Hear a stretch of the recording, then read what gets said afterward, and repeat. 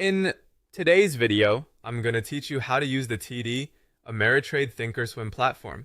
To get started, head to Thinkorswim web and log in. When the platform opens, you'll usually have two choices: live trading, which uses real money, and paper money, which is the practice account.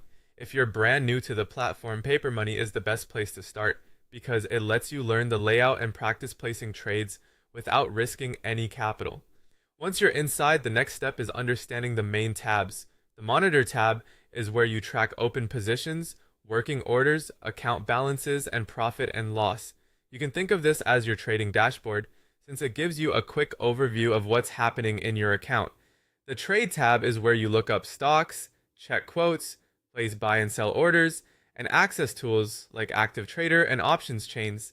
In other words, this is where trades are entered and managed. Then there's the charts tab, which is one of the most important areas for many traders. This is where you do technical analysis, view candlestick charts, add indicators like VW app, EMA, RSI, and MACD, and draw support and resistance levels. If you're analyzing price action, you'll probably spend a lot of your time here. The scan tab helps you find stocks based on specific criteria like high volume, price movement, relative volume, or technical setups.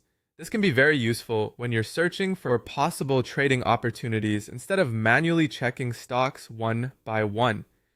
You'll also want to know the Market Watch tab.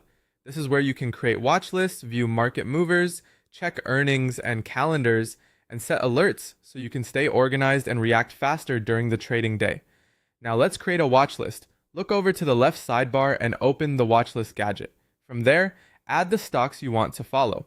For example, you might track symbols like AAPL, NVDA, TSLA, and AMD. A watch list makes it much easier to monitor several stocks at once without constantly searching for them. Next, open a chart by clicking Charts